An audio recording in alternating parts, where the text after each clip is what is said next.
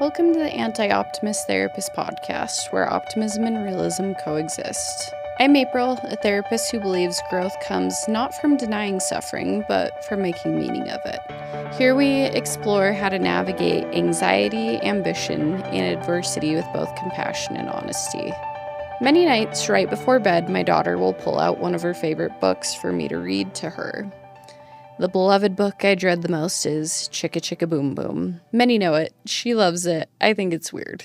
We've read it so many times I could recite it in my sleep. I can predict her giggles before they happen. I know which page she's going to turn slowly because she likes the picture, and I know which ones she'll flip past in a hurry. And still, she wants it again. Some nights my mind offers shortcuts. Pick a different one. Just skip tonight. She needs to get to bed on time. And sometimes, I'll be honest, I'm tempted. It's been a long day, I'm tired, there's a sink full of dishes waiting downstairs, isn't there always? But I don't skip, because I value that time with her, because I value her, because I value reading, and I want her to love it, not just as a skill, but as a doorway into whole other worlds. A stress relief mechanism and a way to learn. So we read, not because it's efficient, not because it's new, but because I choose to. That is what committed action looks like in real life, doing what matters because it matters, even if there's no applause, no measurable result, and no guarantee that you'll feel like it. And I've learned this lesson the hard way through the days I didn't act. I've had mornings when I told myself I'd exercise later. Haven't we all? Then later it turned into after work, which turned into after dinner, which turned into tomorrow.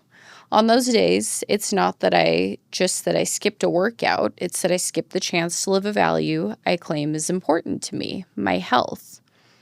And here's the uncomfortable truth. Each time I make that choice, it's not neutral. It's a little erosion of trust in my own word. When I say I value health, but I don't make time for it, something inside of me notices. It's like making a promise to yourself and quietly breaking it. In the book A Liberated Mind, Stephen Hayes writes, "Do what matters because it matters, not to fix or prove anything." That's harder than it sounds in a culture that's built on performance. We're trained to explain ourselves. This makes me money. This makes me more productive. This will make other people proud. But what about the choices that only make you proud? The ones that no one sees, no one measures, and no one praises? What if worth it didn't mean noticeable? What if it just meant aligned? Sometimes for me, that's business. Showing up online when it doesn't feel natural to me at all. Posting something that might get 3 likes, talking to a camera when my mind says, "This is silly, you're not the influencer type." I still feel that resistance. It still makes me not want to post and not have an online presence, but I do it anyway because I want to reach the people who need what I have to offer. Because my value isn't about being an influencer, it's about helping. And I can't help people if I hide. I have stacks of books all over my house, on my desk, by my bed, anywhere that you find me frequently sitting. They're not all organized. They're not all practical. Some are about psychology, some about finance, some about history or philosophy, and some are just fiction for the pure fun of it. And here's the ridiculous part. Sometimes I end up with the same book 3 times. The Kindle version, the audiobook, and the paper copy. Not because I forgot I bought it, but because I want to be able to read it anywhere. In bed, in the car, at my desk. I jump between them constantly. I'll read a chapter of a heavy nonfiction book, then switch to a short story, then dive into something completely random. Once, someone asked me a horrifying question. Why would you want to read so many books when you could just watch a YouTube video?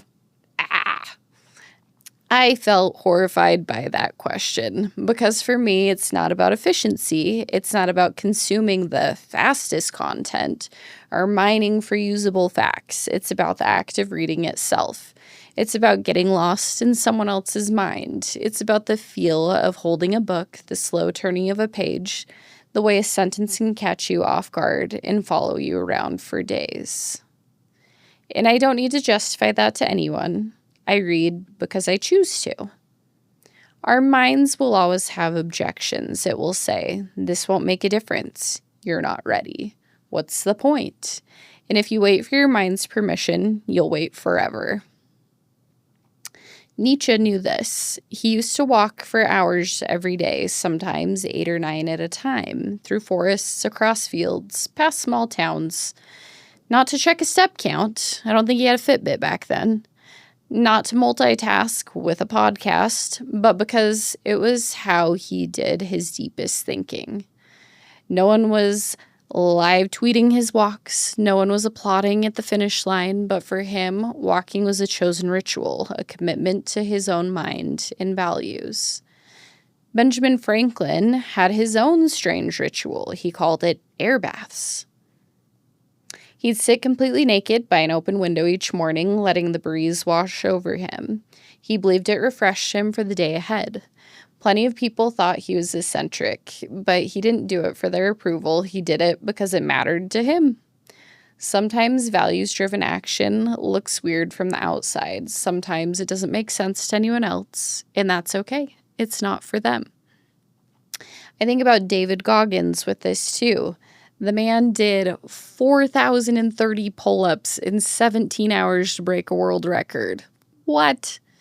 He failed multiple times before he finally succeeded, had injuries, exhaustion, and pain. Can you imagine how torn up that guy's hands would have been? Ugh. Or how noodly his arms would have felt afterward? I'm not in for that kind of punishment.